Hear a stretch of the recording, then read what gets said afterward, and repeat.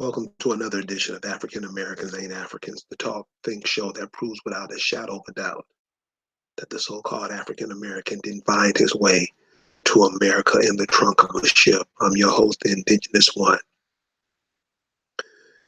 And tonight's think piece is going to be on the sting.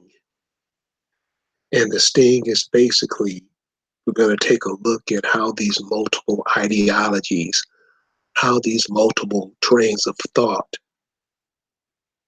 has got the so-called African America thinking and acting the way they think and act, put on display for the whole world to see.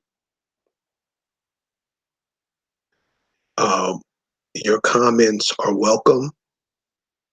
And the reason we do this, the only reason we do this, and we want our people to think, especially our young folks, our old folks too, because if you're in America right now, you see the onslaught of immigrants coming over to America, and they're here to replace the indigenous people. Only the indigenous people doesn't know they're indigenous. They don't think they're indigenous.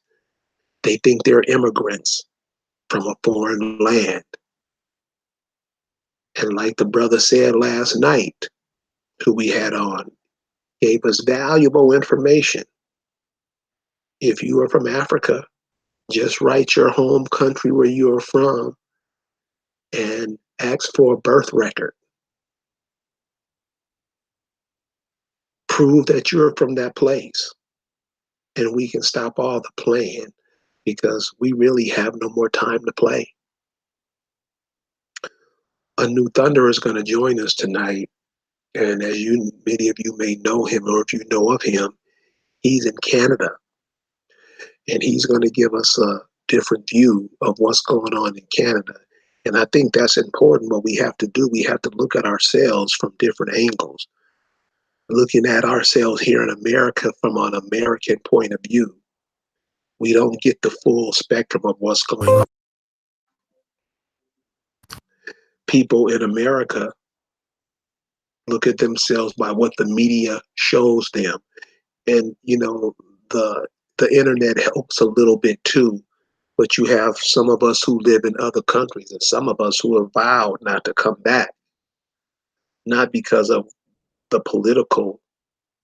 what's going on politically in this country. Many of our people leave because we are treated really badly by our own folks.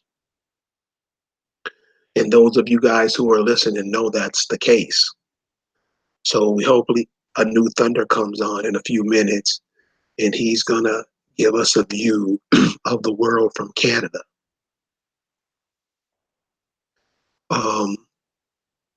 If you want to join us, please, your comments are welcome in the chat box. We love to hear your thoughts. We love to hear what other people are saying and thinking, because of course we don't know it all. I don't know it all. I can just share with you what I know, and hopefully I can get some feedback from the people who are listening, because I get calls every day, all day long, of people saying what's happening to them. And I know what's happening to them. And the funny part about it is our elder people, when I say elder people, I'm going to say 40 and above. We won't know anything, yet we'll talk about it like we wrote the subject itself. Let me give you an example of that. I had a young man today say that we are the minorities. And I asked him, how do you know you're the minorities? And he didn't know. And I said, well, somebody had to tell you that we were the minorities. And he say, white people say we're the minorities all the time. And I had to remind him that's why white men like to call so-called black men boys. Because you get your thoughts, your language, everything you know, everything you believe from him. You won't even cross check your own thinking. If he says it, boss, you're right. That's how the African American man gets down. Doesn't think for himself, doesn't want to. Matter of fact, if you suggest that he should think for himself, you'll probably find yourself in fisticuffs. We're really not into thinking. So here's a question that you should think about. I asked the young man, how do you know we're minorities? Nobody I know fills out the census. How is it more how is it more foreigners here than indigenous people? That's part of the reason why they have you call yourselves a foreigner. So you won't look at yourself the same way. They got you stacked on each other in these public housing facilities, especially if you go to the ones in LA. They got people stacked on each other, on top of each other like roaches, where they live in 1, 2, 3, and more acres of states. So they got you packed 20 in an apartment, and they live in two to four on 2 acres, and you can't say to yourself, well, how many of us is it in 2 acres? When you know all these people that took the best of your land and spread out everywhere, got you crammed up in government housing. You won't even think of that. Yet you're conscious. So this is what I mean. I know many of you are not feeling what I'm saying. This isn't for you. I'm just trying to get this down to the ones who they're confused because what they've been told this far in school, in the military, by their mamas and daddies, by their pastors, have left them totally confused because what's being told to them is the reality that they're living.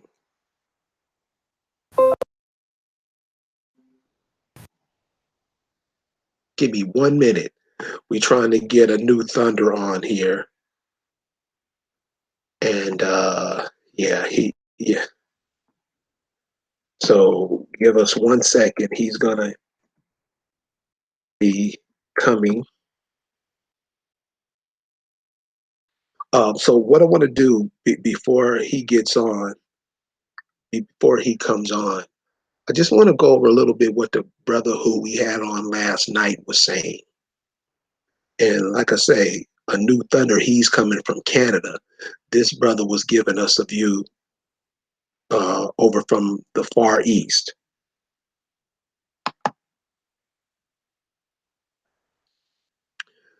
Uh, what the brother was saying last night was very, very, very interesting. When he said, and this is what I want us to understand,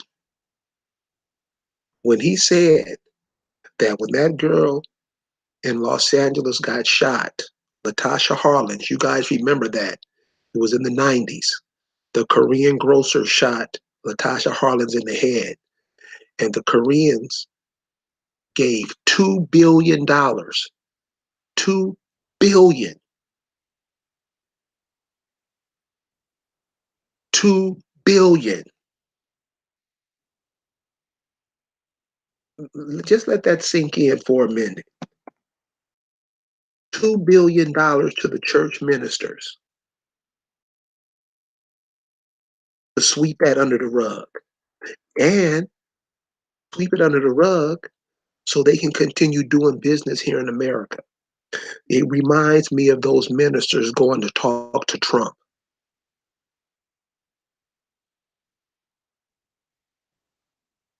You see how we always get caught up. You see how we always sell out for $1 and won't even try to make up your own currency. That's what gets me about the African American Negro. Here, this is your country. You're on the money in your country. Now other people just tell you what to do. And when somebody comes, hey, maybe we shouldn't do that. Maybe that's not the way we should go. You cuss them out. You mad at them. And this brother told you last night that as a lawyer, he watched, he watched as these Korean people gave the ministers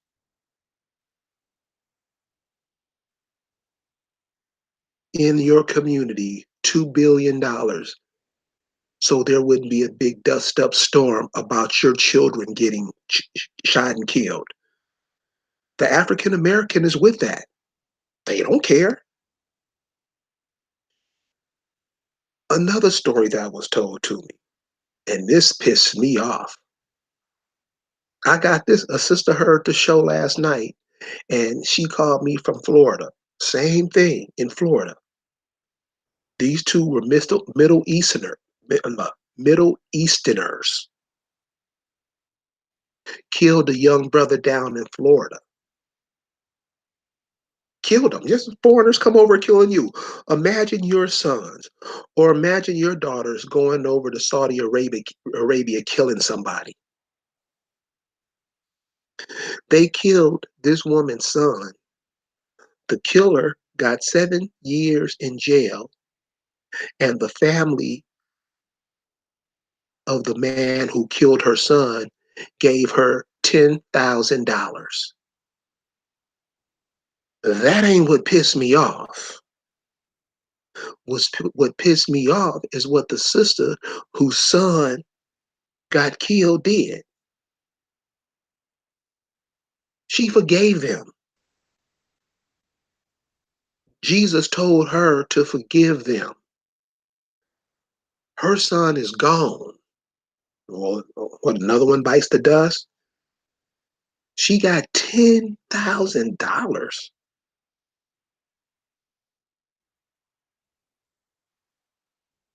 Think about that. She got $10,000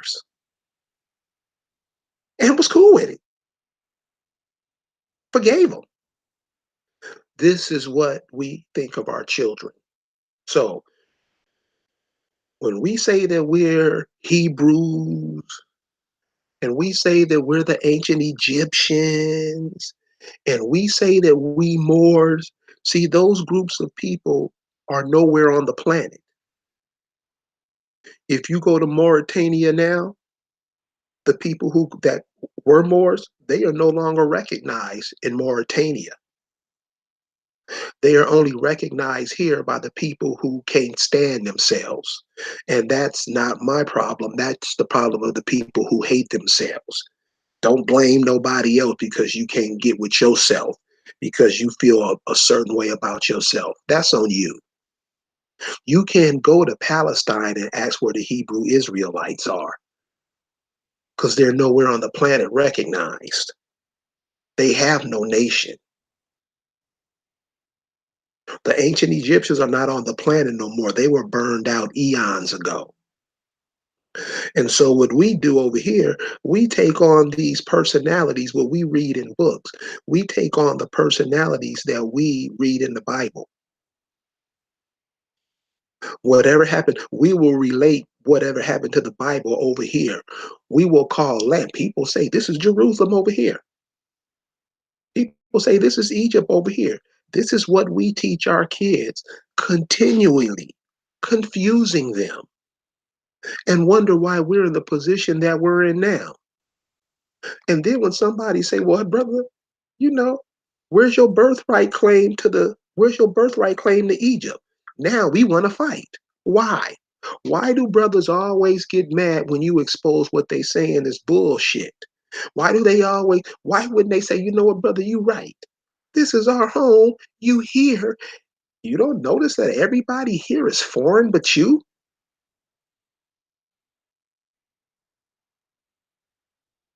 That doesn't bother you? That doesn't make you want to think? No, it doesn't. And if you look at what's going on in the world, what they're doing in the UN, what all of these countries are doing, they're dumping the people they don't want in their country over here on top of you.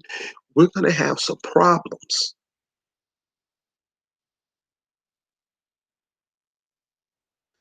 Are we ready for it?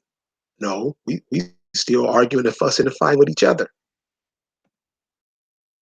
Why is that? I mean, have you seen the way brothers and sisters are at each other's throat? Have you seen the what? Because nobody really watches TV no more. You see everything that comes across YouTube. The American men and women can't stand each other. Why is that? What are we teaching our children?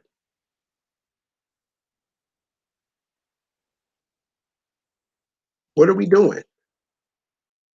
Are we trying to are we trying to get out of here?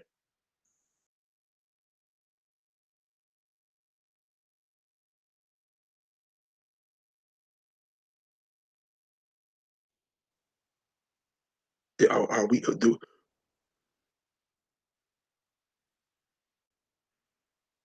is that what we're trying to do?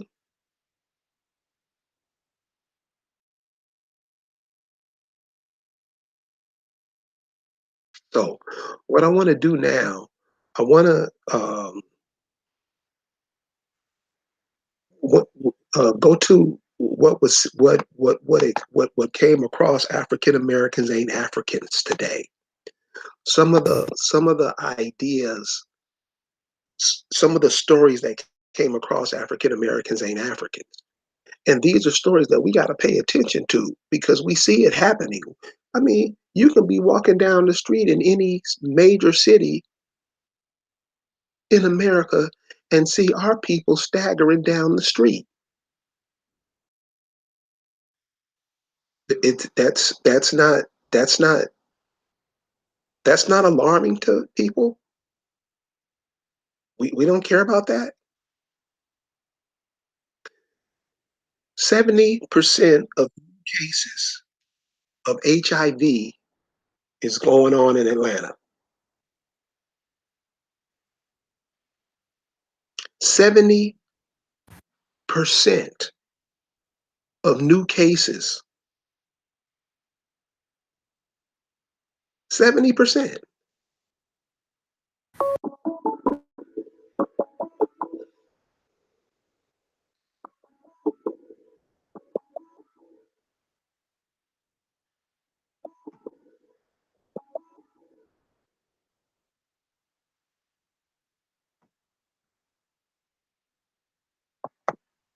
What does that mean? What is that? How does that happen? And you know it's true about what's going on in Atlanta. You've all heard, or most of you have heard of the young man they call Nature Boy, what his lifestyle is. You know we out here reckless. You know San Francisco is San Francisco South. You know that we go to foreigners to get all kind of shots, and yet all of the all of the do- doctors, all of the so-called educated people we had haven't came together once and said, you know what, it's time that we have our own hospitals. All the educators we have, all everybody who go to college and get these degrees, we only go to get degrees to get jobs. We don't get degrees to do nothing for ourselves. As horrible as the education system is, there's no wonder we haven't started to train ourselves yet into things that we need that would move us forward. We're always thinking about making other people rich, wearing foreign shoes on our feet, wearing foreign clothes. We don't even make our clothes no more. We don't even control the cotton industry to make our own clothes no more. And we're happy about it. We beat our chests. We're proud. Really? That's where we are? Yes, that's where we are.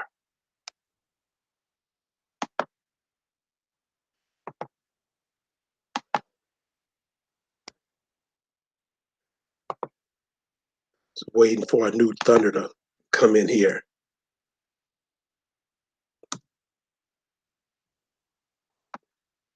So that's one of the stories that we were following today. So that's something that we have to deal with. And having these new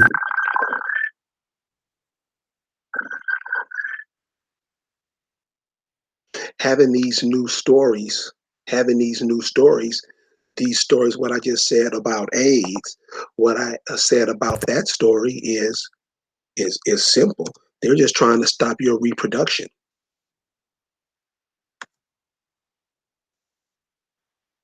They're just trying to stop your reproduction cycle. We're not picking that up.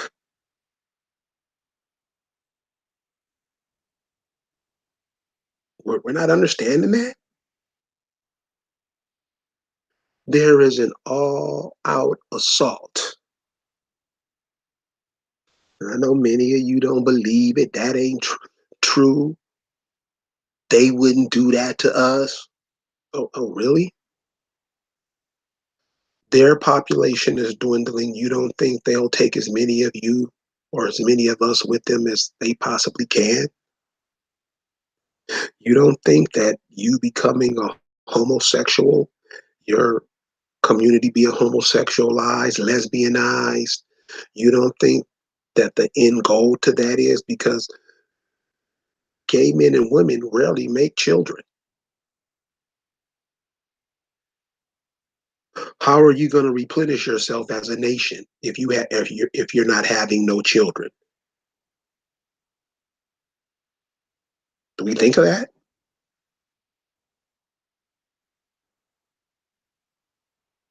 Do we honestly think of that? If not, why? Why aren't these things why aren't these things that are detrimental to us? Why why why don't we even look at it? We don't even care about it. We don't even want to hear it. But we want to watch that football game, huh?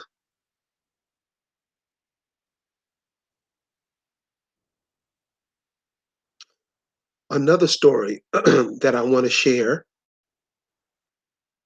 um, before we go any further. And please, you can come check us out at African Americans Ain't Africans on Facebook. Just giving information, simple. Ask your grandmama, ask your grandfather who they people were. That's the simplest thing. I mean, I know many of you like being bullshitted and lied to, so you can go send your money to send people over to Japan and all. I know that. I talk to the people who go on these trips with Dr. Ben over to Africa, and they get back and realize they've been made an ass out of. Simply because you got a 10-year-old kid now, and that kid can speak to his grandmama or even his great grandmama, and you're not sending your kid to them to get information about the family. That's on us. And you should hear some of the answers I get. You should hear some of the answers I get from people on why they don't do that. They don't care. The number one thing I get from so-called African Americans when you ask them about they family, the number one answer I get is my family ain't shit. So if they ain't shit, what does that make you?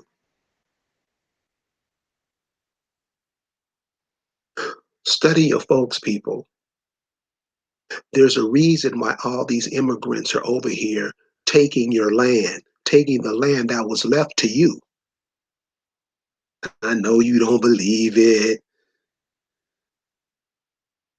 America is your inheritance. That's why they change your name from what they call you, because the names they call you isn't the name that the people call themselves. Our people didn't call themselves Indians. They spoke in their own language. They didn't know what the word Negro means.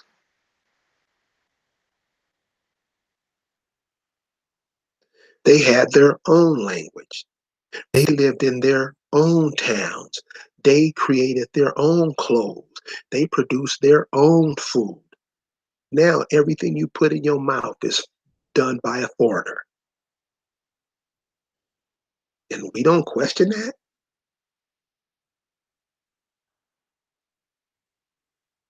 That's not important to us. That's not important for us to know. You get mad because somebody tells your child that's what's going on, and you want to beat the dude up that's telling your child the truth. Understand that. Understand that African Americans, the truth, they hate. They hate. They hate the truth. Never want to hear it, right or wrong. You know I'm right. You know I'm 100% right. African Americans don't like hearing the truth, and if you tell them the truth, they want to fight. They you want to. It's like I said about the brother. Jacob, $2 billion to the ministers in L.A. to keep that Latasha Harlins out of the news and keep that lady out of jail. That's what they sold out for, $2 billion. So since Latasha Harlins was murdered, do you think those Koreans made that $2 billion back? And what did those ministers get out of it? What did the ministers and the people who backed the minister say? These people are standing in the pulpits lying, lying.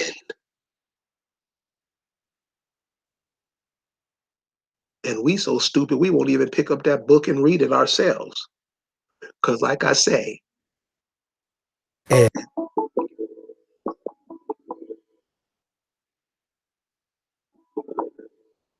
1 second,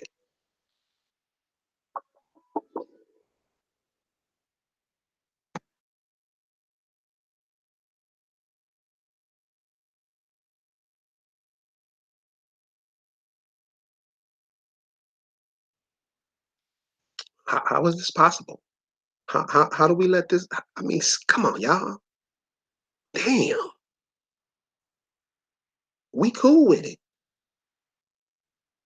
We have nothing to say. We just go along to get along while your life expectancy drops, the ability to have children is dropped. I mean, my grandfather was 68 years old when my mother was born. Brothers' dicks don't even get hard at 30. Do you think that's deliberate? Don't you know that's deliberate? They say it now, sisters. If sisters don't have babies when they 40, they ain't gonna be able to have no babies. These are what sisters who go to college and work at these universities say. Really? All those women that had babies in their 50s are grandmothers?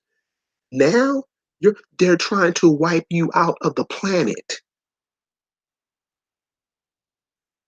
How don't you see that? You don't see it because you don't want to see it. And you're going to be a part of the problem because we're not becoming aware. We're not changing our lifestyle. What all these foreigners have brought over here to us, what has it done to help us? I want all of you guys to think about that as you move on throughout the next days and weeks and months and years. Everything the foreigner is bringing you, how is it helping? How is it helping?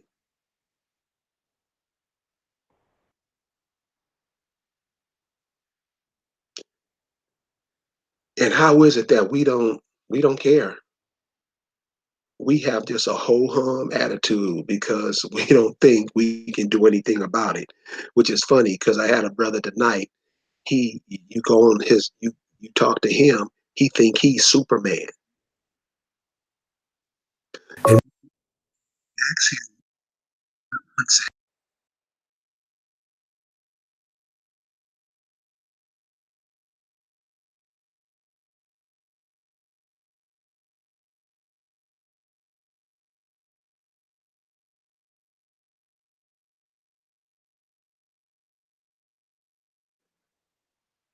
so this is what African Americans ain't Africans are for. We like to call our just to give information to the people so they can go ahead and live their lives accordingly. This is what we're trying to do. This is why, because we're tired of seeing one of our young persons get shot and the people are protesting. If that shit ain't played out by now, I don't know what is. We protest. We protest, but everybody's getting Christmas. Everybody's getting Christmas stuff. Everybody's getting Christmas. Everybody's going to celebrate another people's holiday. Why? Because we won't come up with our own. And we won't teach our children nothing about themselves to come up with their own. That's where the African American is right now. Right? Right? You know where you are? Isn't that what we do? Isn't that what we do?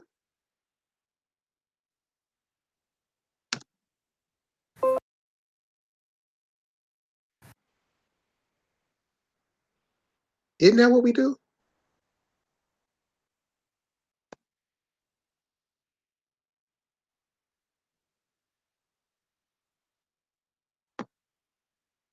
So that's all we're here for. We're not here to, and I know many of you get upset because I hear it. You guys email me. I know you guys are pissed off at me. Please don't be. I'm not here to make you mad. I'm just seeing he's doing this because all of us working on the same page because we're totally against each other. How we're all on page when the pastor tells you that two men make a woman, and how y'all all amen, pastor. That's what I want us to be on sync like. Because if we're not, you see what's coming out. You see what's going on with the so-called conscious community up in New York. Yeah, I have never seen such fuckery in my life. So just had a young man call me today from Chicago, and he was like, "Man, you said that hip hop." He said, "I wasn't even born when you said hip hop became garbage." I was like, "Yeah." Because he was wondering, because he thought hip hop was great. I said, "Hip hop has been trash since it first came out." And he was like, "No, hip hop had a golden era." I was like, "When?" I said, "Who are the people who started hip hop?" And he was like, "Well, that goes back to African Bambaataa." I'm like, "What is African Bambaataa being accused with now?"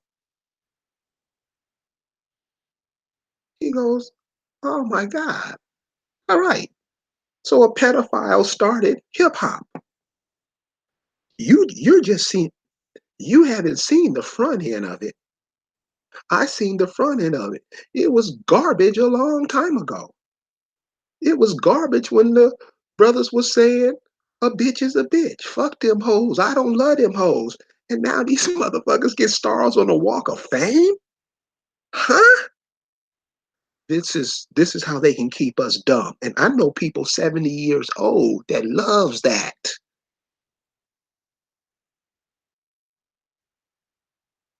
There was a time that if you called a sister a bitch, you would get stabbed. Now it's totally reversed. That's her name. That's what they call each other. This is where we are.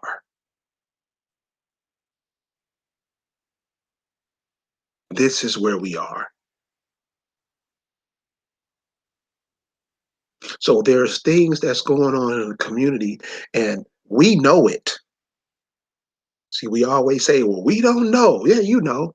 You know. You know. Especially the elder people, the ones 50 and above, you know. You just put your head in the sand so it'll continue to go on. You're not warning the children.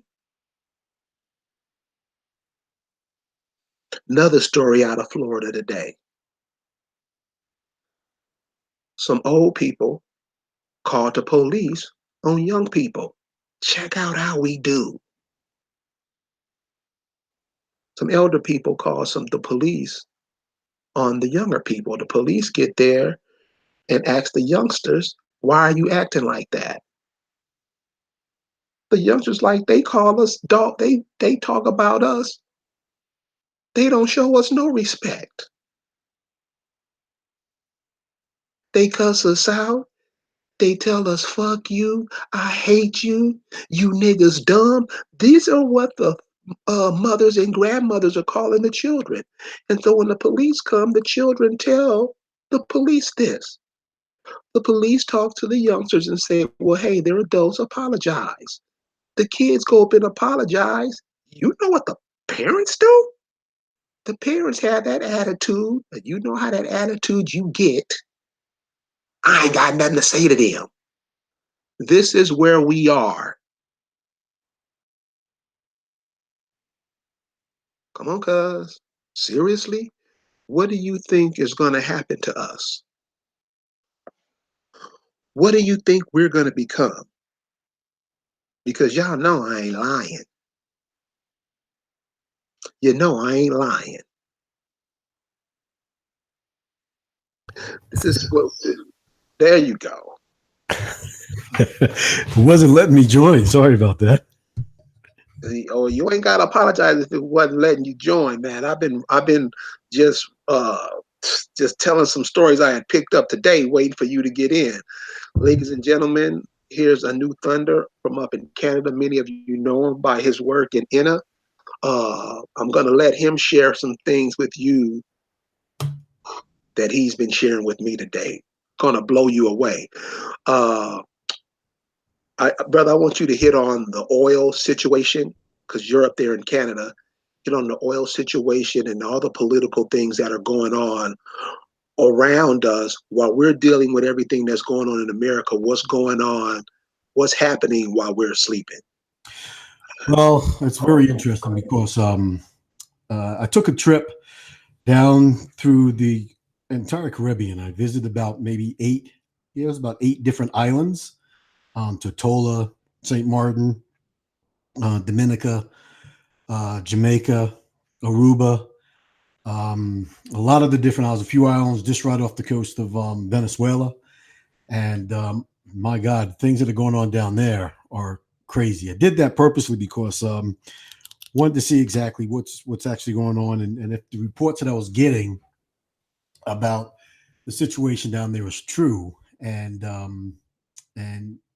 unfortunately it is. So the deal is that one of the things that I did, I went down there and I asked a lot of the what we call the indigenous people. They call themselves black still, African, whatever. I asked him the question that Buck always said to ask out of his book. Where does your mother's mother say that you're from? And so the first question, the first answer that I got was, we're from Africa, the slavery stuff, this, that, and the other thing. I said, yeah, but where does your mother's mother say that you're from? And they didn't have an answer. No answer at all. And every island that I went to, including Jamaica, um, the response was the same. It's absolutely the same. And the conditions that our people are living in there, and I'm going to say our people because a lot of our people from the mainland did go down to a lot of those islands as the war was progressing. And how they're living down there is it's crazy. They're in survival mode. All of them are pretty much basically in survival mode.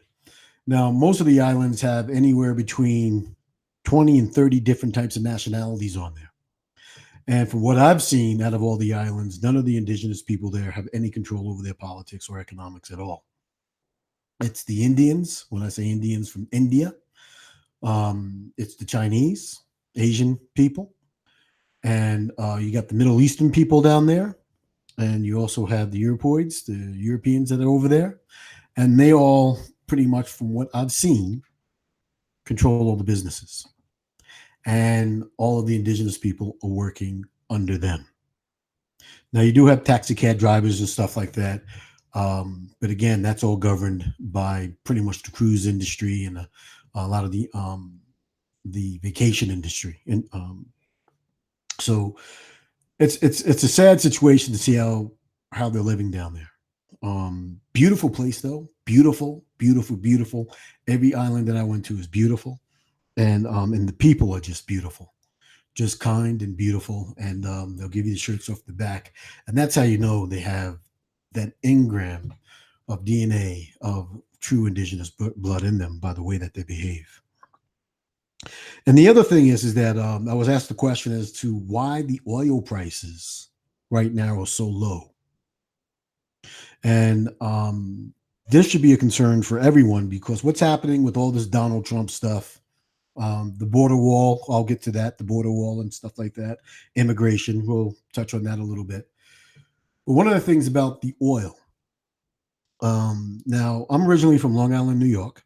So when I came up here to Canada to work, to do contract work, dealing with safety programs and stuff like that, ended up in the oil industry. And what I found out in the oil industry is that they all their tanks are filled with bitumen. Bitumen is an unrefined oil. It's unrefined oil. It's not in the state as to where they can use it yet. It's about one or two refinements away from being able to be refined into whatever kerosene or oil for your car, diesel, etc.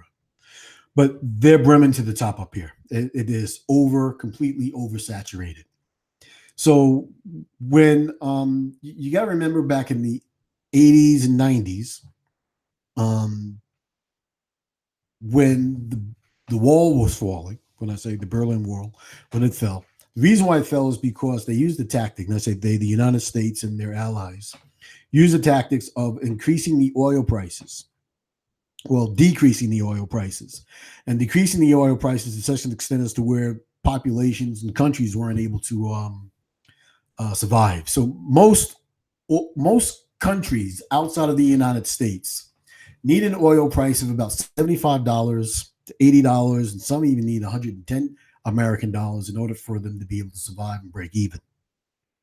So what's happening is a tactic that's being done in reverse. Saudi Arabia, um, Iran, Venezuela, all these oil companies now are overproducing purposely. So one of the things we have to remind ourselves is that when they started reawakening the oil industry in the United States through fracking, which is one of the most harmful environmental things that you can ever really do, and that's a whole nother program on a whole nother day, fracking. They had to cancel out and get rid of somebody else who's producing oil in the world. And this is between the Bush and Obama, and so what had to happen is that Obama wanted Iran back onto the scene, so the Americans came back onto the scene, and there was one too many countries that were producing oil, especially because the Americans were really overproducing. So they had to get rid of somebody, and that somebody they had to get rid of is Chavez over there in Venezuela. They had to get rid of him. So they destroyed the economy and destroyed their oil producing capabilities and turned their country pretty much into economic ruin, purposely. So what ended up happening down there now? The politics, because all the islands used to be U.S. British based, British Virgin Islands, U.S. Virgin Islands, Jamaica, Haiti, Dominican Republic, except for Cuba, who was in the arms of the Soviets, and that's a whole nother story as well.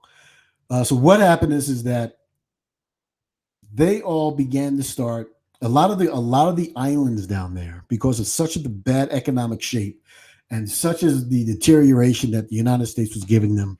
They weren't really giving them any funding, any money or anything else like that, as you hear in Puerto Rico and a lot of the other islands that were devastated by the hurricanes that came by.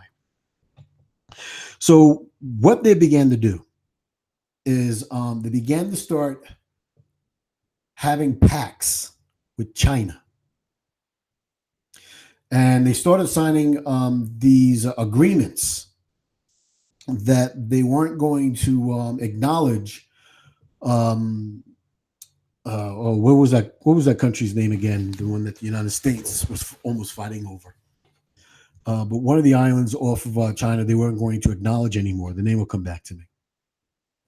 And almost three times in the past 3 decades, there was almost a world war over over some of these islands over there in Japan. I mean, at Japan and China. And so what's happening now is down there is that the islands right off of Venezuela, where I visited, now have a pact with China and against the wishes of the United States. You have Tortola, you have, I believe it's Dominican Republic, St. Martin, and you also have Cuba. A lot of these barrier islands that are down there now have pacts with China. The UN recently, over the last couple of years, gave two islands in what they call a strait, two small islands, what they call a strait, in the Caribbean as well. Now, the UN gave them these islands as some sort of repayment that they had to have because of something dealing with the United States.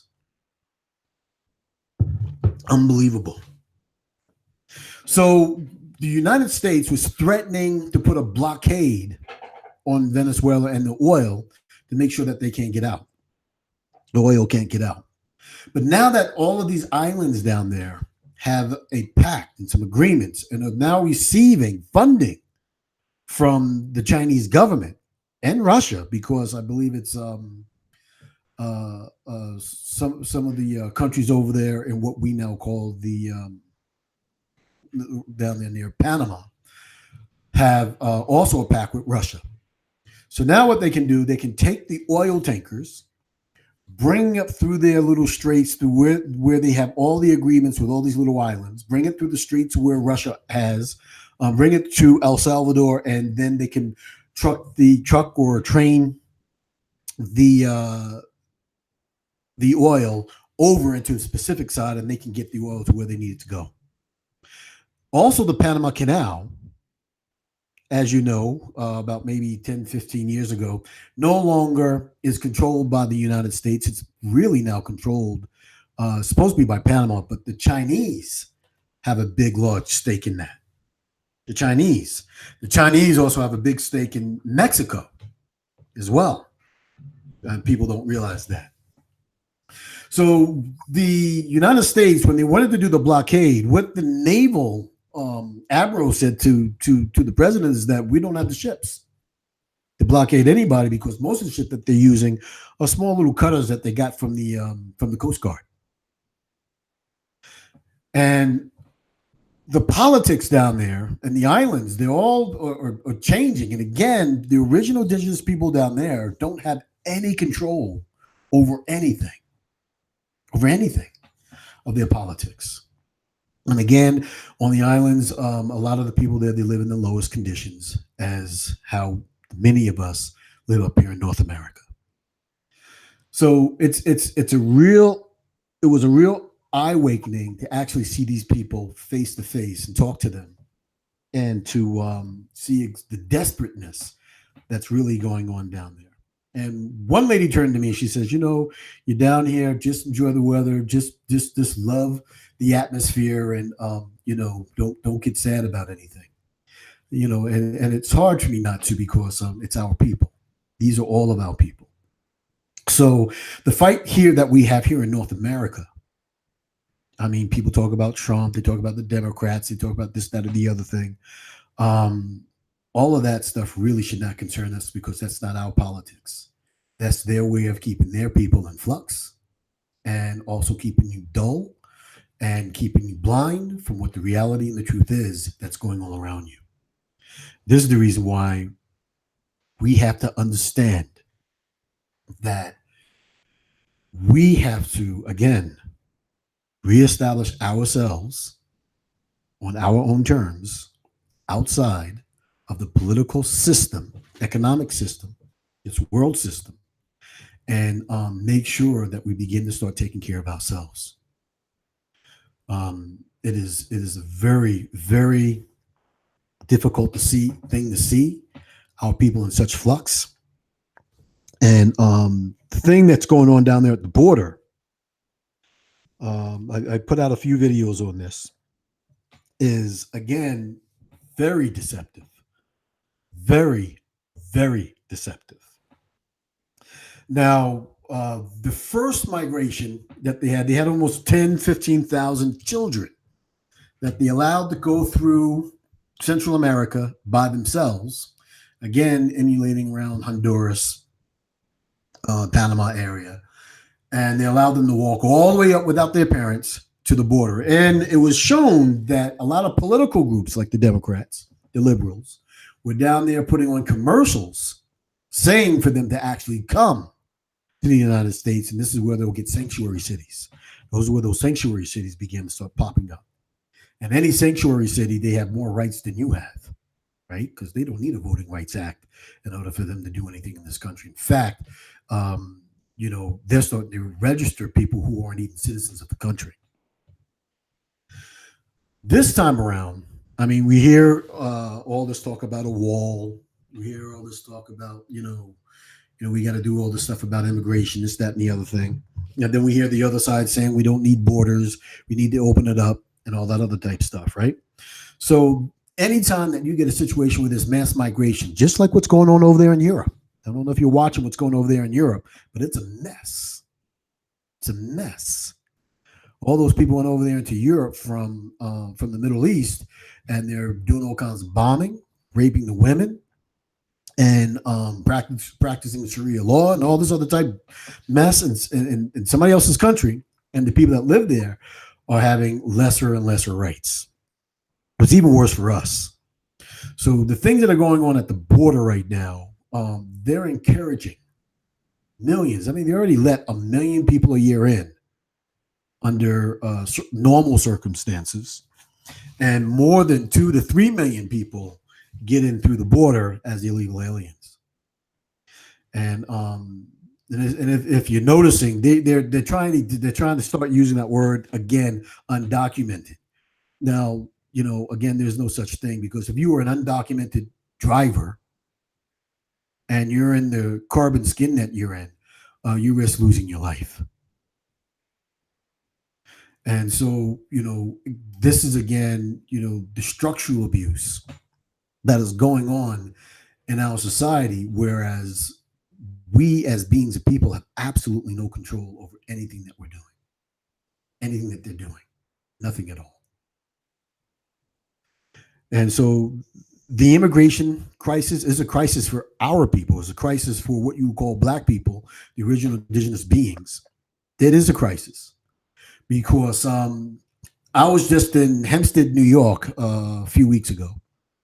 And again, this is where I grew up. And Hempstead, New York was one of the largest minority communities in the nation. One of the largest minority communities in the nation. And when I say minority, all quote unquote Black, right? To the point where it was almost 100% all Black. When I go over there today, and I speak to my real estate agent in terms of what's going on, with the population and stuff like that, it is unbelievable how our people are being displaced around this country. And where a lot of people are leaving, they're pushing people in the suburbs who are of quote unquote Hispanic descent, and pushing our people, and our people have nowhere to go other than back down south. So a lot of people moving down into Virginia, moving down into Georgia. You probably start seeing a lot more people in Tennessee, from New York, and from the North. And we're being squeezed out of a lot of our places. So, economically speaking, we really don't have much time left in terms of how much value we're going to be adding to the society. And the only thing that we're probably going to be adding to the society within another 10, 20 years might just be the carbon in your skin, your eyeballs, your organs, your skin. And it's a sad thing to say, but we must come to terms with all of the dishonest historical records that we've been taught. We must come to terms that the religion that they had put us in was a religion to be able to suck the energy out of our souls and take that spiritual energy and put it into somebody else. We must come to terms that this society that we're living in is not our society. It's not even our system. It is a clone of the system upon which we lived in, but it's their system. It's a violent system, a ruthless system, a system of no justice, no love, and no caring. And you know, everybody out there knows, as you're working on your jobs and stuff like that, there is absolutely no empathy. And this goes against every fiber of our genome in terms of who and what we are as original indigenous beings on this earth. On this earth.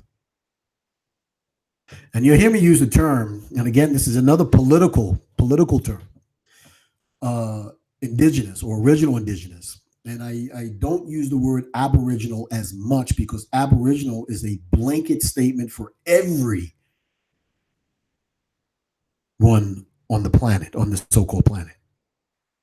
And I'm concentrating on the people here in North America because the people here in North America are indigenous or original indigenous to their lands, not only to this earth, but to their land. So being a lot more specific because you'll have people trying to call you aboriginals and try to mix you in with the Australians, aboriginals, and even some Mongolian aboriginals.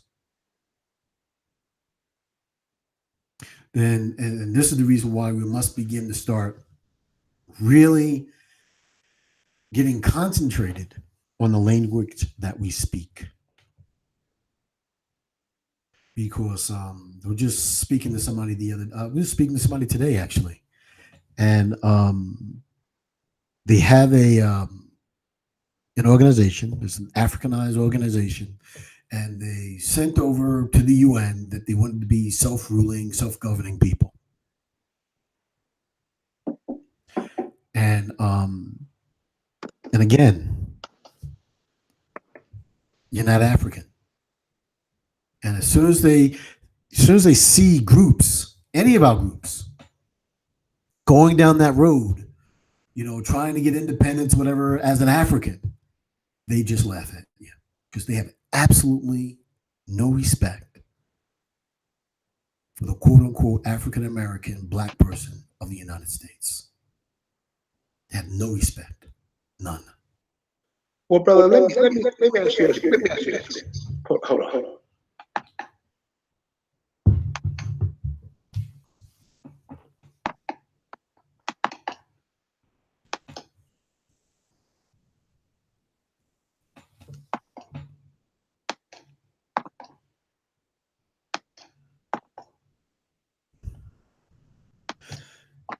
Yeah, so what's crazy out there?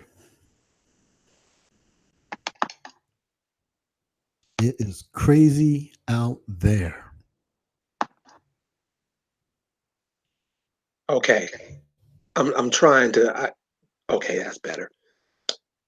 You're up in Canada. Yeah, right now I am. Yeah. What what is the view from up there of the African American? Because in America, when you're hearing when you go home, when you look at or when you hear news stories or when you talk to people or whatever social climate you're in the pot of America. So, like you said, you went to the Caribbean a couple of weeks ago, and I know you're getting stories from America, so you look at it a different way than when you're at home. What is the view of the African American, the Black people, the Indigenous people from Canada? Uh, I hate to say it because I've been dealing with them for a long time. I'll give you this example. My first contract that I got up here, I came up here, went up to the oil sands, and on my first day, the first day, somebody drew a picture of a gorilla with a hat on. And then he called me over and said, this looks like you and your family. And I was stunned. I didn't know what to say. Stunned. Didn't know what to say. A day before I left that job, somebody put a noose up. And I have a picture of the noose still today on my phone. Put a noose up. And it says, it's time to go. Put a noose up. Now, in the United States, any of those offenses could be suable for the company, and you get a little bit of protections or whatever. But here it's all about the First Nations people, the Indians, the Mongolians. It's all about them, right? So there really is no real protections for us, really, up here and pretty much anywhere else. Um, That's why I always make the you know come on, y'all. So this is what's happening to us and the way we treat each other. I mean, god damn, y'all. yeah, I mean, it's is this how we're going out from your point of view? Is this how we're going out? Because I'm as indigenous people as all this is happening, it's just like we dog each other out. I mean, we're adamant about making sure we treat each other like shit when the rest of the world treats us like that. And that's something I don't understand. and the other thing you got to understand this also. I mean, I'm just coming out of another job, my last contract, um, in the logging industry, totally different industry. In that industry, I was called nigga, boy. They said, "Oh man, I know when you were down there in New York, you were doing a lot of pimping." So they don't even realize a lot of times what they're saying because what they're doing, they're picking up images off the songs, off the rap songs, off the rap videos, and out of the movies and off the television. This is what they see. This is what they see of our people. Our women are trashy, the big, fat, butt, trashy people. That's all they see. Our men are doing nothing, going around, smacking up their women. I mean, that's why I didn't really like Black Panther. I was completely turned off of Black Panther when they had the American guy shoot his own girlfriend in the head. I mean, you can't get more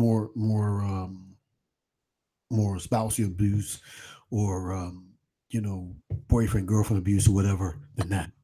And we looked at that. I mean, I didn't because anything that comes out of Hollywood is to destroy us. For some reason, before you came on, I was just talking about how hip hop has been trashed for a long time. But what you just said about the Black Panther movie where the cat shot the girl in the head, I, what I hear from the so-called African American, they stand up and give that a standing ovation. And this is the reason why when you go around the world, um, and people treat you in a certain way when you're living there, what can you say? Because this is how you treat yourself. So, a lot of people right now here in Canada, they say, I don't even know what to call you anymore. I don't know if I can call you black. Is that racist? That is that insulting? Because I told them I said I'm indigenous. An Indian person says you need to go back to Africa. And I told him, I said, you need to recross the streets and go back to Mongolia. Because my people have been here for more than hundreds of thousands of years, and it's been proven.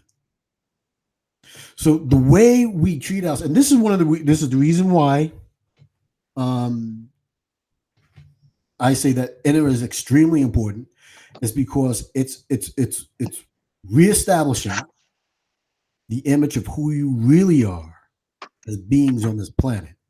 And I say as beings on this planet for a reason, for real serious reason. And that reason really blew a lot of people's heads away because it's mind boggling what the scientists know about your own genome, and you refute tooth and nail, tooth and nail. But how we look at ourselves and how we portray ourselves on in the movies, on the radio, on our songs. I was just listening to a song today, and nice song, nice melody, and don't know if it's a black guy, white guy singing it, but it kept on saying, my nigga don't like me, my nigga don't like me, my nigga don't like me, my nigga don't like me, referring to yourselves as niggas in the connotation upon which they put out there to mean some of the most derogatory things on this earth. Bitches. What's up, my bitches? All of these things that we're saying to our women is a reflection, and everybody sees this, right? So when they begin to start using that same language, is it racial? Or are they just reflecting about who and what they think you really are? Because this is what they see outside of the United States. During World War II, they were losing the war immensely, losing. But they wouldn't allow any black people to pick up any arms for two reasons. First reason was because they really didn't trust the people because they were just coming. They're still in a war with the original indigenous beings here in North America. Two, Hitler tried to cause a revolt in one of the barracks down there in the South, which had to be quelled, and nobody talks about that. And they didn't trust us with arms. But when it came down to having to fight and to save the world, quote unquote world, they had to put us on the battlefield. They had to put us in the airplanes. And when we began to start fighting, we didn't lose any battles. And in fact, we were the reasons why we won France and one of the first peoples into Germany. And we were also some of the first people we were the only squadron of people that never lost a bomber. Right? And the French people, now they were treating us like we were heroes because we were. And the American brass says, don't treat them this way. In fact, we have to keep them separated because they got to go back home. And where was home? Africa? No. Where was home? Australia? No. Home was North America. They had to come back home. People around the world know exactly who and what you are. But you yourself, we ourselves portray ourselves the way they want us to be portrayed. Here's the reason why you can't trust anybody who's in front of a damn camera. Excuse my language. Can't trust any of them because most of them sold out, sold their souls. And that's a very scary process. But if you start noticing that there's a lot of these entertainers walking around with eye patches, every single one of them are flashing some sort of quote unquote Illuminati sign. And these are the ones that are being paid to keep you in a state of ignorance,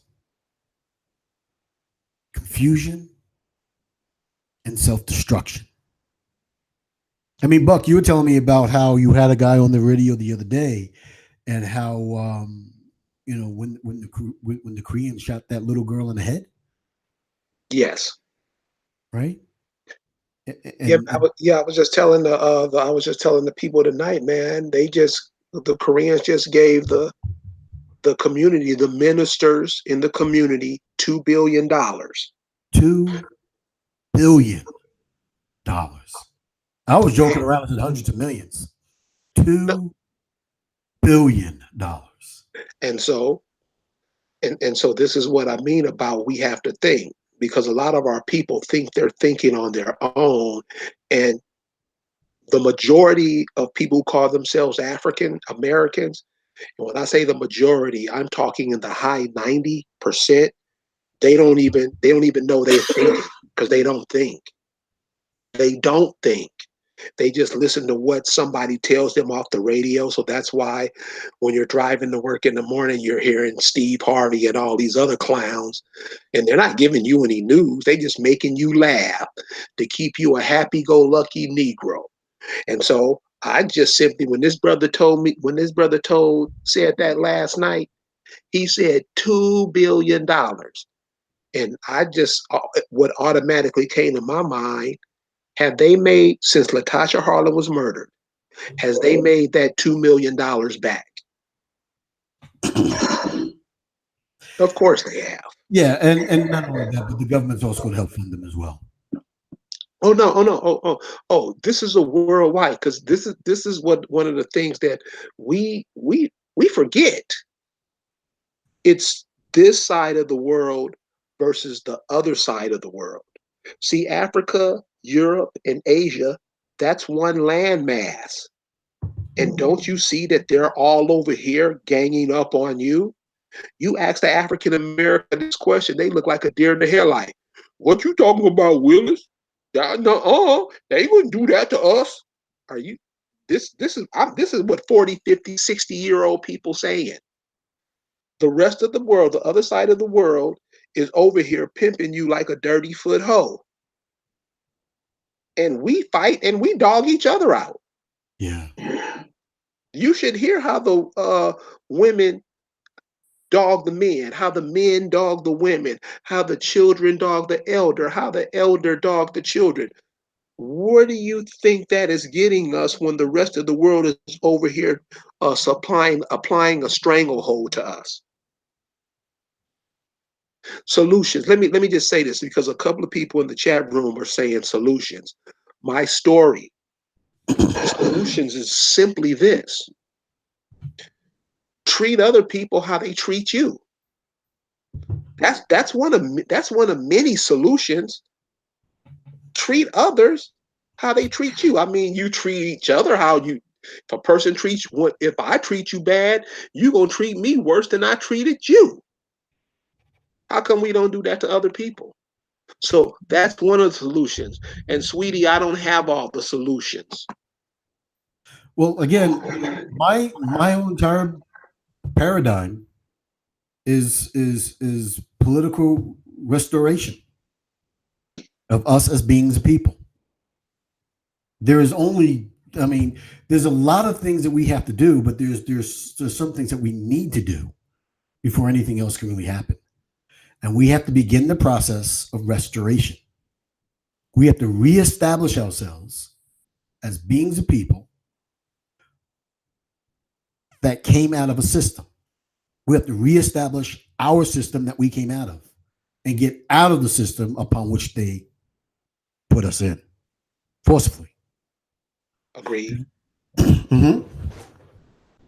Agreed. And the only way to do that is again is by community by community by community, and that's why I call it community nations. Little community nations, sprouting up all over the place, of an indigenous factor, beginning to start employing a governmental system upon which we came out of in our own little communities, and then having those people begin to start representing those communities in an indigenous fashion. And then as we begin to start growing, and as we're growing now, because we already do have a Congress, um, every single one of those communities could have at least two people represent them in the nationalized Congress, in the countrywide Congress, bringing every community nation together. And this is all around the country, whether you're in Maine or down there in San Diego, Washington State, or Florida. Doesn't matter. And you see, what happens is that the more little community nations that there are, the more that you're going to have more control over your politics, your economics, and your education system. I'm getting ready to go out and start doing a whole lot of speaking now, and hopefully, Buck will get you out there as well on the road with us in time, and to be able to not only teach the people who and what they are, but to begin to start helping them organize the little communities, nations. And then with these little community nations, what will happen in an economic sense is that we can begin to start producing our own things. Now, we might not be able to produce everything right away because we don't have all the technology, but that will come in time, in a short time. Because we, on ourselves, as of right now, have over $900 billion, almost $1 trillion of this economy. So let me ask you, okay, so you talk about the $9 billion economy, and a lot of us are hearing stories that the dollar is about to collapse because all of these other countries, countries that you talked about earlier, Yep. they are talking about not using the dollar as their reserve currency anymore.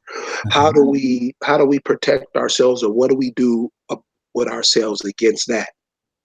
Well, we as far as my calculations and my estimates goes, we have probably 2019 and part of 2020 in order for us to really collectively get ourselves together. Right now, we're actually really living on borrowed time because they can collapse their currency anytime.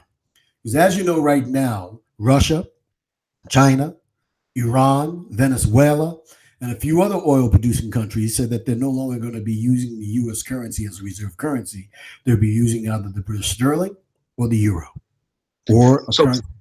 let me just, can you explain?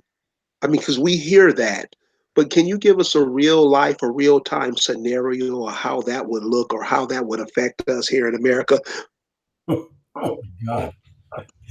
All right. So the dollar that you have right now, we can go back, we'll go back about 100 years. The dollar that you have right now was worth almost 75% more than what it is right now.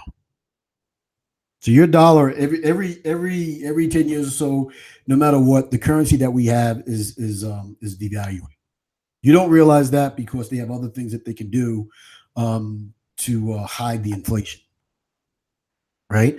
But the reserve currency, now the reserve currency came about because of at the end of the World War II, and as we began to start getting off the gold standard from Nixon, they entered into a 50-year agreement that they would use the US dollar as the reserve currency around the world to buy oil. And that we would actually get off the gold standard because we had to give back. We had to give away all of our gold because we were in so much debt by the time 72 came around. So the United States essentially really doesn't have any more gold left. All that gold went to the Federal Reserve. And all those people who own the Federal Reserve, the 12 families, whatever. That's another story for another day. So now what happens is that because we're at the end of this period, the world is about to make a change, and that change was trying to come. The change almost came when Gaddafi was assassinated. Remember Gaddafi? Yes. The reason why Gaddafi was assassinated is because he started. He was going to make his own currency, African currency, and they were going to only accept oil from that African currency. That's the reason why they went in there and blew the crap out of him. And then Saddam Hussein, who was one of the better allies, fought against Iran for almost 8-9 years, whatever, lost millions of people in that war. He started saying that he was going to create his own currency. That's why they turned on him, destroyed him and a few other surrounding countries. And then Syria said that they were going to say, we're out of here. We're going to do our own currency. And that's why they went after Syria. Because Syria was backed by Iran. It was also backed by Russia. It was also backed by China to a certain extent. So that's why they're still actively alive. But what it means by the U.S. reserve currency, that means that everybody on earth, all of the countries on earth can only buy oil in U.S. currency, which makes us rich. Doesn't matter how much debt we have because everybody's using what we have. And everybody needs what we have in order for them to buy. So we never have to worry about how much money we're printing because they're always going to use it. That's why they were printing so much money, right? That's why there was always printing all this money. But now what happens is that the United States has over $100 trillion in debt that can never be paid back. So we're in a bubble. But again, the bubble didn't matter because everybody's using the currency. Everybody's on the same standard. Now that standard's getting ready to change, and let's say if it changed tonight, you woke up, you never know when it's going to change. You wake up tomorrow morning and all of a sudden they say that the U.S. currency is no longer the reserve currency of the world and the U.S. dollar is now worth nothing. As it is right now, it's really worth nothing. All of the prices in the stores would immediately go up by 1,000%. 1,000%. The banks will ultimately shut down because there will be a run on the banks. This is the reason why the FDIC now no longer. Remember the FDIC? Your money was insured up to $250,000 per bank account. Well, the FDIC no longer insures your money. That's done because they're preparing themselves for this fall. So that's why I say, while we still have a stake in the game, we need to very rapidly set up our communities for self-governance and set up our protection zones and have borders, national borders. Now, all of North America and South America really should be ours, but we don't have the capacity or the government to capacity to be able to control such an area. That's why we have to have a reasonable, strong borders, which we did put up, and develop this governmental system so then that way, when it does collapse, we won't be held out in the lurch because we will be working on our own system. And not only that, but the money in order for us to be able to reestablish ourselves has to come out of the system that we're coming out of in order for us to redevelop the system that we're going into. And so what would you suggest to the people listening? I mean, it looks gloomy from a point of view, but it always, like you said about those wars, it looked gloomy for those wars, but then they brought you in to fix everything. Every time something needs to be fixed, they bring in the people from America. They bring in the Amerindians from America. They bring in the Americans from America. So what would you say what we can do to save ourselves? I would say that you should immediately make an attempt to try to bring me into your community and have a conversation with your community members so that we can begin to start setting up community nations all over the place. And then we need to begin to start the process. Once these community nations are set up and we begin to start really curbing and getting some of our violence under control, we begin to start living in a manner as to where we are able to self-govern ourselves and have our historical council, begin to start up our own educational system, and we have some sort of a economic system that is developing, and that only can develop if we're coordinating ourselves. And people out there who say that, we don't really need any of this stuff, this is not who we are, blah, blah, blah, blah, blah. Nothing can ever get done without some sort of a coordinating process. Now, if all things were equal and we were living in a time that we weren't at war, because we're still at war, I would agree. Right? I would agree. We can go back to living in a way where we're all free. We didn't have to worry about anything because that's pretty much how it was before they came. Right? Because they called over here. Remember, they called over here Shambhala, paradise, Eden, the Hesperedes. This is what they called over here. They said that over here, when they were first allowed to come over here and they seen exactly what was really happening, what they said was this place was only fitted for the gods. And who was on this land?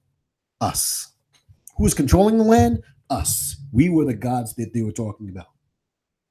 The other thing that they don't tell you about our history is that, and this goes all into the solution, because you need to know that the Egyptians and over there at Carthage was one of the ones, was the first one in the world, because they knew about Western Ethiopia. There are three Ethiopias. There's two in the east, one near Europe, and then there was a Western Ethiopia across the river, the Great River, near Hades. Hades meaning that's where the sun sets. Three different Ethiopias. So when they begin to start talking about Ethiopia, you have to be very careful about, and even when they're talking about indigo, right? Indigo people, India, right? Because when they came over here, they called us Indians. We were India, indigo people, people of color, people of carbon-based being. They're talking about us. That's what they were talking about.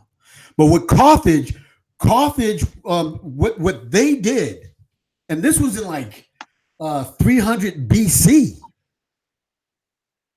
What they did, they put out a decree to the world and say that there was no one allowed to come over and settle on this land. And they would defend that process to the death. And this is why I think Rome invaded them. It was after them so bad because they would not allow them to come over here to this land and tear shit up. And they destroyed Carthage and gave it the name Africa, as you already know. But Carthage put out a decree, a world decree, and said that no one from the east over there was allowed to come over here to the west, unless it was upon death. Because they were noticing that there was a lot of people, their people and others, that were coming over here and settling because this place was just nothing but pure paradise. Here on this side of the land, the first lands that ever appeared on Earth, we have the oldest rocks on Earth. And some of the geologists said that the rocks here are so old that when we, the North American continent, and I'll say North America, South America not yet, but North American continent, when it first arose and started rising out of the ocean, there was nothing over there in Europe except for little islands, little pebble islands that nothing lived on. You need to know who you are as beings of people. And our children need to know that, because we're teaching this to our children right now, and they're going to the schools, and the schools are telling them to shut the F up.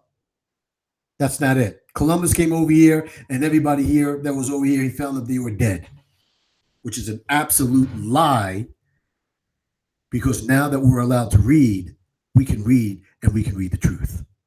But what they knew about us when they first were allowed out of their place over there in Europe. So yeah, so that's the solution is that we must first understand who and what we are as beings of people.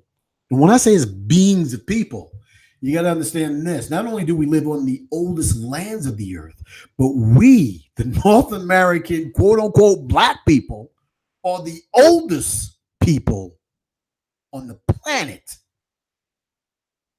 On the planet.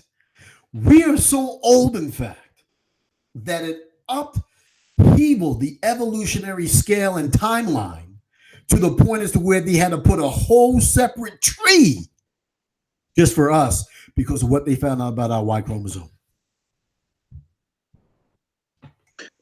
Do you hear that? The human tree, you don't even belong on anymore. You're not even on the human tree anymore. Wow. So any of those people who are 45, 40, maybe 30 and above, and were going to school way back then, and and those kids were saying, "You're not even human." Guess what? They were probably telling the truth because they don't know what you are. And if they did, they wouldn't tell you. This is the reason why we need our own historical council. We need our own scientific council. We need our own geologist. We need our own medicine because the thing about your skin, think about what's going on inside you, inside your very skin, is that you are a carbon selenium based being, and the others. And when I say the others, the Europoids, the Asians, Indians, and even some of the Africans, whatever, are sulfur based beings. And then the carbon is what gives you your skin color. Carbon is what gives you your skin color. And everybody's talking about melanin, melanin, melanin. Again, you have to really, again, this is all part of the solution because the way we attack our words, the way that we attack the vibrations that are around us, what we're calling into us, and what is happening to us. Melanin is a synthetic form, especially the sulfur-based melanin is a synthetic form of what you actually have in your skin, or what you're actually made of. Carbon. You have carbon, they have sulfur. And again, it has nothing to do with racism or anything else like that. It has nothing to do with one person's better than the other, because look at the state that we're in. It has everything to do about reestablishing ourselves with the truth and not with a lie. A lot of these people out there in the 60s and stuff like that, they were coming up with a lot of stuff. But again, they didn't have access to a lot of the information that we have access today. Malcolm X may have. Martin Luther King surely did know. A lot of these ministers who went to these pastoral schools. They know. They know the truth. That's one of the reasons why I left the church, because they know the truth. But if they told you the truth, that means you will be able to operate and actually ignite that melanin that's inside of your skin, that carbon that is inside of your skin, and become the being that you're supposed to be if they were teaching you right.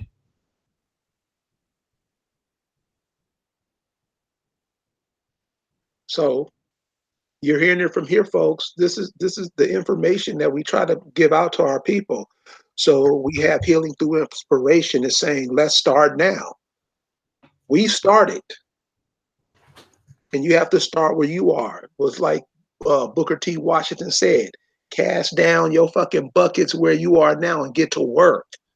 We don't have time to play around. We don't have time to watch a football game. We don't have time to watch a basketball game. We don't have time to go into a beauty shop and get our hair burned out. The rest of the world is taking a moving against us. What are we going to do about it?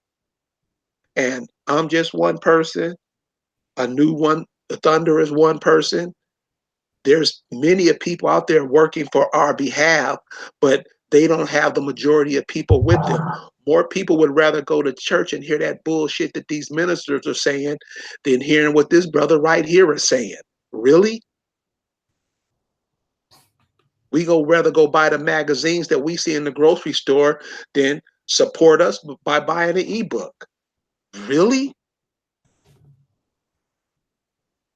And we'll make sure that Koreans' children go to college, but won't make sure ours go. Really? We'll make sure that Chinese people have jobs before we make sure our children have jobs.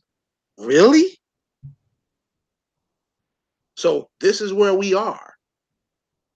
So, I never really was a Michael Jackson fan, but that song, Man in the Mirror, look at yourself and ask yourself, what am I doing to make sure our bloodlines keeps pumping through here in America? What are we going to do? What am I going to do? And so, like I always say, get with your people, get with your parents, get with your grandparents, get with your uncles, get with your aunts, no matter what they politics are, because I'm convinced that the majority of African Americans are gone, and they are. But ask your people who you are, where you come from, what did your people do? Because that's what you're supposed to be picking up doing now. So when the brother was talking about Virginia earlier, he was telling you the truth. Who the people in the Virginia? Those people grew tobacco. And North Carolina, they grew tobacco. All these Newports, these Negroes smoking. You don't have a cigarette company, but you stand up and brag what you don't like. This is where we are. And if we keep going this way, we doomed, y'all. I'm just being honest. A New Thunder, go ahead and give us your last thoughts.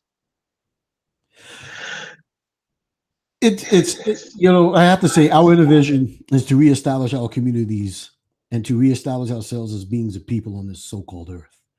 The civil rights era is over. Let me say it again. The civil rights era is over. The era of the indigenous being has begun. Now, community development and reestablishment is a profession that's profoundly different from consulting, mentoring, advice, therapy, counseling. The coaching process addressed specific personal projects, businesses, success, general conditions, and transitions in the community, client's personal life. This is how we have to begin to start looking at it. It's a profession of redeveloping our community relationships, our community professional relationships. We have to do this by examining what is going on right now and rediscovering what has happened, and then discovering what obstacles or challenges there might be, and choosing a course of action in your specific community, because every community is different, to make our vision, our community, where our people can live and reestablish that community so that their life can be what they want it to be. Now, we have to do this by educating and empowering our audience through products, through services, events that expand the awareness and harmonizing of people in the natural, immutable laws of the universe.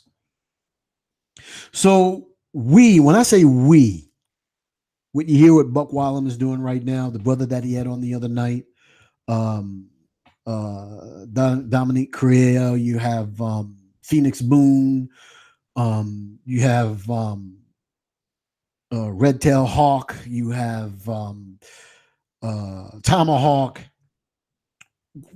all of us, and even those that I haven't mentioned.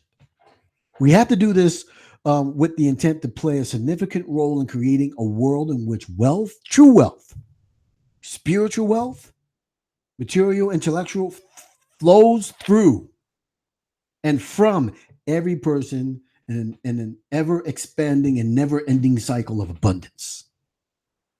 So, this is why I say we, and I'm going to include us all. We believe that you want to earn more money, live in a more peaceful community, have more fun and enjoy your days, and know it won't happen by accident. It's not going to happen by accident. You're not going to just bump into it. And in this system, the society won't allow it to happen by accident. It's going to take work.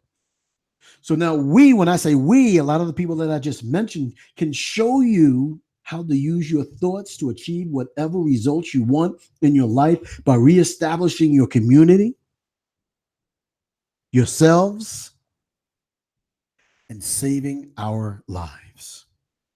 Because we will be the last generation. We will be the last generation. So I say, one of the first things that you can do is go out and buy Buck's book. Go buy his book. Hop on www.indigenous.org. Buy my book, Believe. Buy the products, because these are the things that we're going to have to start doing in order for us to be able to move ourselves forward. Because in doing so, we'll be able to use these proceeds to go out there to your community and to reestablish them so that we all can move forward. Not one church at a time, because or one Cadillac at a time. I'm talking about all of us moving together. And those who don't want to come don't have to. Martin Luther King said, and I'll end with this. He went to the mountaintop.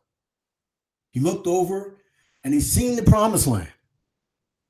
And he said, we all are going to get to the promised land one day. Well, I'm telling you now, get your coats on, put on your best boots, get a walking cane, swaddling blankets for the babies, because we're about to make that transition from the mountaintop and move down into our promised land. So if you want your community to be saved, if you want your people to be saved, if you want the killing to stop, begin to start inviting us into your community so that we can help you save it. Because what I'm finding out now is that a lot of community centers are no longer community centers, they're governmental centers. And they don't allow people like us in there to speak unless we pay a hefty fee.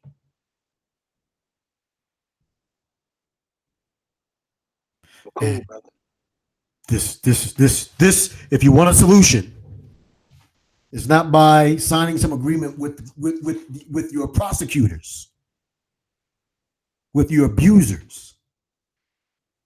Anyone who's trying to get you to sign paperwork that has anything to do with this government is helping to abuse you.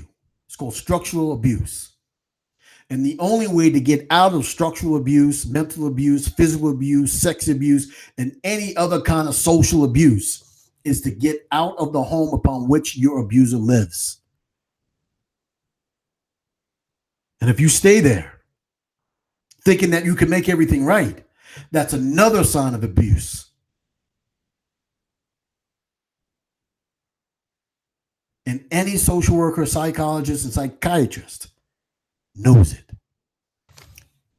If you want to get better, you have to reestablish a system that you came out of and get out of the abusive system that you're in. Or else you'll never get better. And this will be the last generation. You will have a chance to be able to restore yourself to whom what you are. There's no coincidence as to why we're all born at this particular time.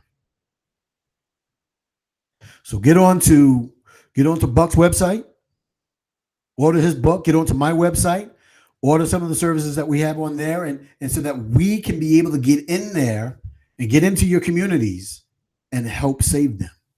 You want solutions? I'm giving it to you. And I can be attacked and questioned or anything else like that. Because anytime I go out, anytime that any of us go out, we have answer and question services. At least a half hour to 45 minutes. You can ask any question you want, and they'll all be answered. The bottom line is that you have to take action if you want to save yourself. If you really care about yourself, care about your family, got to care about your community. That's my job. My job is to reestablish this government. Buck has a great job of education. We all have our purposes, and we all have to work together. So if you really want to save your communities, the solutions are there. You just have to reach out and invite them in. New Thunder, thank you very, very much for being with us tonight, man, and sharing that with us, giving us another world's view of what you see when you step off the soil and you step into other countries down in the Caribbean. Really appreciate your share with us. Appreciate you, my brother. All right, man. We'll chat soon. Okay. So, ladies and gentlemen, that's it, man. I mean, we save the Koreans, we save the Chinese people, we save the Arabs, we save the Europeans. Don't you think it's time for us to save ourselves? Don't you think it's about time for us to look out for ourselves? Nobody else looks out for us. Yet we're proud and we pat ourselves on the back because we look at everybody else. We save everybody else. We'll make sure Asian kids have jobs before our own children have jobs. You not tired of that? So please, like a New Thunder said, go to AfricanAmericans.org. We have T-shirts that's spilled right on the front. African Americans ain't Africans. And when people get them, and send me a picture of it so I can post it on the website because I want to put that message in everybody's head. Stop looking at yourself as an immigrant on your own homeland. Go to go to buy a4.truth, a4truth.com. Check out some of the items we have there. We're trying to get this so we can go, like a New Thunder said, into these different communities and help out. Because people are asking, people get it. People get what they're saying. Africans, Africans. This is the cold part. Africans come over here and tell you you're not a fucking. How do you think you're an African? This is what they ask you, and you should see the look on our faces. Oh, you, I don't know. You have foreigners coming over here telling you who you are because you're calling yourself them. What kind of position you think that puts our children in?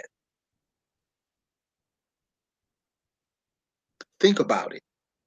So listen, we glad you joined us tonight.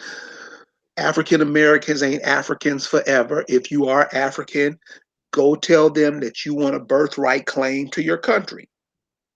Like the brother said last night, if you are an African, go to the country that you say you come from and say you're putting in a birthright claim so they can compensate you for all that you've lost. That's the simplest thing to do. I know the Hebrew Israelites will tell you something else. The conscious community will tell you this. No, simply do what the Japanese did when they were put in concentration camps over here. Simply do what the Jews, so-called Jews, did when Hitler supposedly did them. Do the same thing. The same laws are for you too. Do that and go tell Ghana that they sold you and see what they tell you. Stop playing. We got to stop being stupid, y'all. This is getting really embarrassing, especially it's putting our children in a bad light. So I want to thank you guys for joining us tonight. You have any questions, you can come to African Americans Ain't Africans.org. If you got questions, you can send them to me through there, or you can go to the African Americans Ain't Africans social site on Facebook. Any questions, we'll answer them, or we will get you an answer. Send me any questions you have to indigenous64